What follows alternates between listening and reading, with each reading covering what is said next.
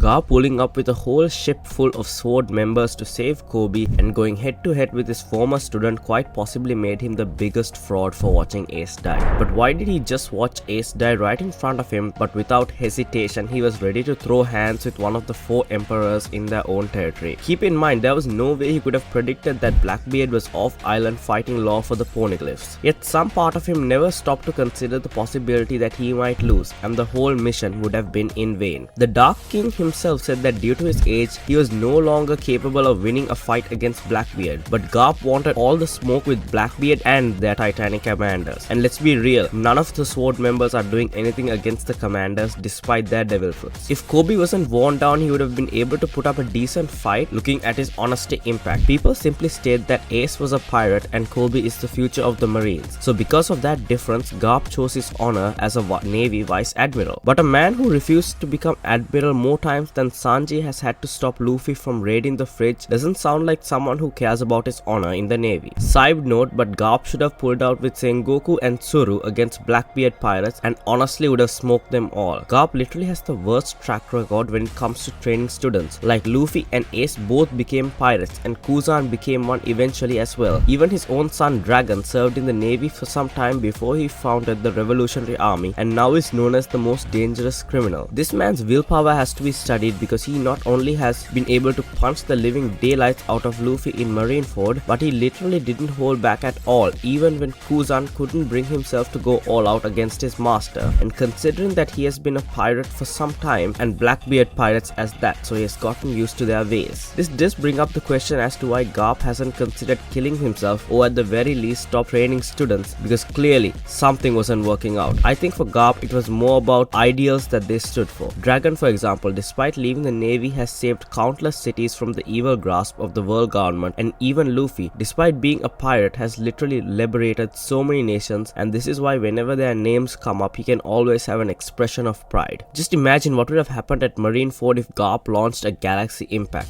Both sides would immediately lose at least half of their respective people, and quite honestly even top ranking officers would have suffered a lot of damage, as apart from Jozu, no one really has armament, haki or ways to defend themselves, and even Oda hadn't fully developed that yet. Coming back to Ace, truth be told, I don't think Garp saw him making any big changes in the world that Garp envisioned, as Ace literally lived his whole life glazing a man that was basically on intensive care and how he would make him the next king of the pirates. Garp built his name for so many decades as the hero of the Navy, and we are witnessing this title being transferred onto Koby. And despite the massive progress we have seen from this young kid in season 1, there's still a long way to go for him before he can even think about going head to head with Luffy.